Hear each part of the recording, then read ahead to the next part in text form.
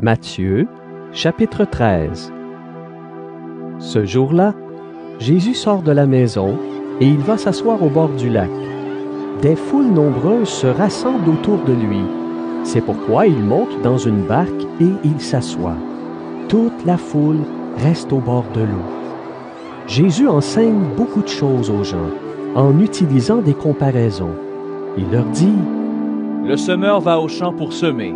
Pendant qu'il sème, une partie des graines tombe au bord du chemin. Les oiseaux viennent et ils mangent tout. Une partie des graines tombe dans les pierres, là où il n'y a pas beaucoup de terre. Elles poussent tout de suite parce que la terre n'est pas profonde. Mais, quand le soleil est très chaud, il brûle les petites plantes. Et elles sèchent parce qu'elles n'ont pas de racines. Une autre partie des graines tombe au milieu des plantes épineuses. Ces plantes poussent et les étouffent. Une autre partie des graines tombe dans la bonne terre et produit des épis. Les uns donnent 100 grains, d'autres 60, d'autres 30. Et Jésus ajoute: Celui qui a des oreilles, qu'il écoute. Les disciples s'approchent de Jésus et lui demandent: Pourquoi est-ce que tu leur parles avec des comparaisons? Jésus leur répond: Dieu vous donne à vous de connaître les vérités cachées du royaume des cieux, mais il ne donne pas cela aux autres. En effet, celui qui a quelque chose, on lui donnera encore plus, et il aura beaucoup plus. Mais celui qui n'a rien, on lui enlèvera même le peu de choses qu'il a. Donc, je leur parle avec des comparaisons parce qu'ils regardent, mais ils ne voient pas. Ils entendent, mais ils n'écoutent pas et ne comprennent pas. Ainsi, il leur arrive ce que le prophète Ésaïe a annoncé. Dieu dit: Vous entendrez bien, mais vous ne comprendrez pas. Vous regarderez bien, mais vous ne verrez pas. Oui, la tête de ce peuple est devenue dure. Ils ont bouché leurs oreilles, ils ont fermé les yeux. Ils ne voulaient pas voir avec leurs yeux, entendre avec leurs oreilles, comprendre avec leur cœur. Ils ne voulaient pas changer leur vie, alors je n'ai pas pu les guérir. Mais vous, vous êtes heureux. Vos yeux voient et vos oreilles entendent. Je vous le dis, c'est la vérité. Beaucoup de prophètes, beaucoup de gens fidèles à Dieu ont désiré voir ce que vous voyez, mais ils ne l'ont pas vu. Ils ont désiré entendre ce que vous entendez, mais ils ne l'ont pas entendu. Écoutez donc ce que l'histoire du semeur veut dire. Le bord du chemin où la graine tombe, ce sont les gens qui entendent la parole du royaume et qui ne comprennent pas. L'esprit du mal arrive et il arrache ce qu'on a semé dans leur cœur. Le sol plein de pierres, ce sont les gens qui entendent la parole et qui la reçoivent aussitôt avec joie. Mais la parole n'a pas de racine en eux, ils changent facilement d'avis. Alors, quand il y a une difficulté ou quand on les fait souffrir à cause de la parole, ils abandonnent tout de suite.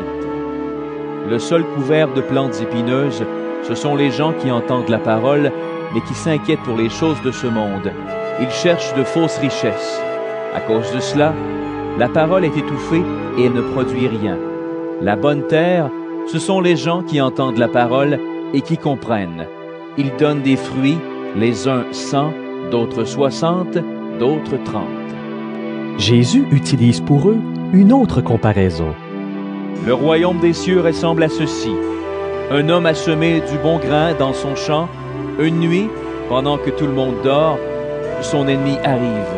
Il sème de la mauvaise herbe au milieu du bon grain et il s'en va. Les plantes poussent, elles produisent les épis et la mauvaise herbe paraît aussi. Les serviteurs vont dire au propriétaire: Maître, tu as semé du bon grain dans ton champ, n'est-ce pas? D'où vient cette mauvaise herbe? Il leur répond: C'est un ennemi qui a fait cela. Les serviteurs lui disent: Est-ce que tu veux que nous allions enlever la mauvaise herbe? Le propriétaire leur dit: Non. En enlevant la mauvaise herbe, vous risquez d'arracher aussi les épis. Laissez tout pousser ensemble jusqu'à la récolte. Et au moment de la récolte, je dirai aux ouvriers: Enlevez d'abord la mauvaise herbe, faites des tas pour la brûler. Ensuite, ramassez les épis et mettez la récolte dans mon grenier. Jésus utilise pour eux une autre comparaison. Le royaume des cieux ressemble à ceci. Un homme a pris une graine de moutarde pour la semer dans son champ. C'est la plus petite de toutes les graines, mais quand elle a poussé, c'est la plus grande des plantes. Elle devient un arbre et les oiseaux viennent faire leur nid dans ses branches.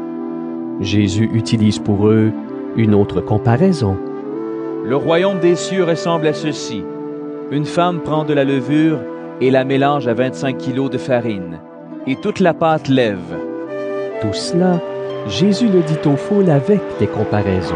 Il leur parle toujours avec des comparaisons pour réaliser ce que le prophète a annoncé. Je leur parlerai avec des comparaisons. J'annoncerai des choses cachées depuis la création du monde.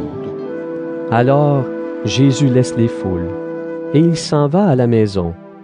Ses disciples s'approchent de lui et lui demandent: « Explique-nous l'histoire de la mauvaise herbe dans le champ. » Jésus leur répond: « Celui qui sème le bon grain, c'est le Fils de l'homme. Le champ, c'est le monde. Le bon grain, ce sont les gens qui appartiennent au royaume. La mauvaise herbe, ce sont les gens qui appartiennent à l'esprit du mal.